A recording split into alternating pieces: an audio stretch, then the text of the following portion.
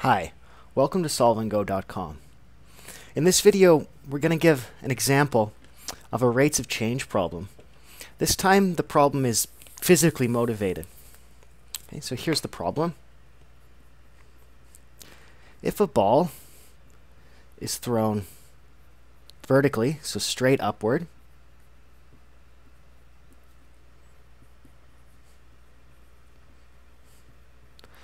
with a velocity of 80 feet per second, its height after time t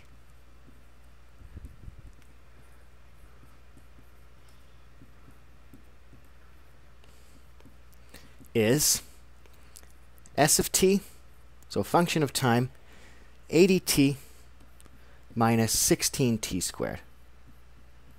Okay, so the problem is to find the maximum height.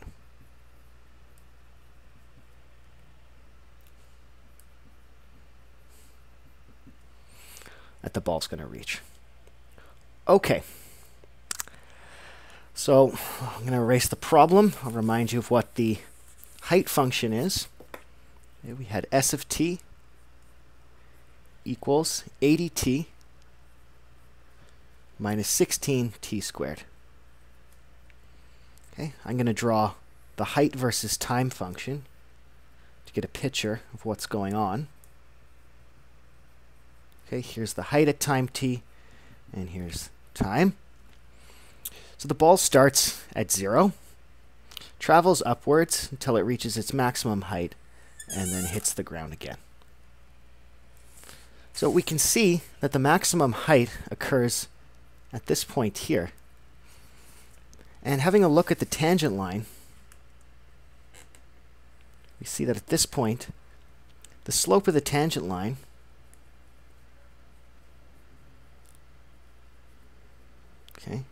which we know is the same as the velocity.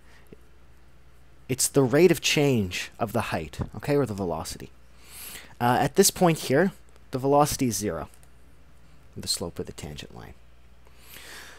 So our goal is to find a value t such that s of t, s prime of t rather, the derivative, is 0. Okay, so let's take the derivative.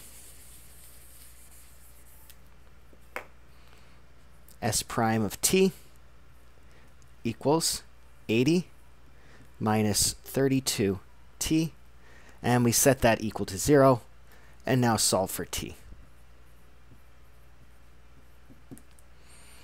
Okay, what we get is that 32t equals 80, or t equals 80 over 32, and this simplifies to be 5 over 2. Okay, seconds. So let's take this problem a little further.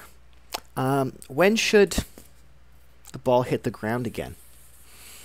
So we have 5 over 2, or 2.5 seconds. Let me draw the graph again. So we have height and then time. So physically, what's going on here? So here we have 2.5 seconds. We just found that value. The ball reaches its maximum height. Again, this is where the velocity is 0. And again, physically, this makes sense. The ball is traveling upwards with a certain speed, and then at its maximum height, it, for an instant, is at rest. Okay, until it starts to speed up towards the ground again. So this picture is symmetric. It takes just as long as it does to go up as it to go down. So the ball will hit the ground at 5 seconds, and this can be confirmed by just plugging 5 into the height function. We should get 0. So 80 times 5 minus 16 times 25. Okay. So this is 400 minus 400,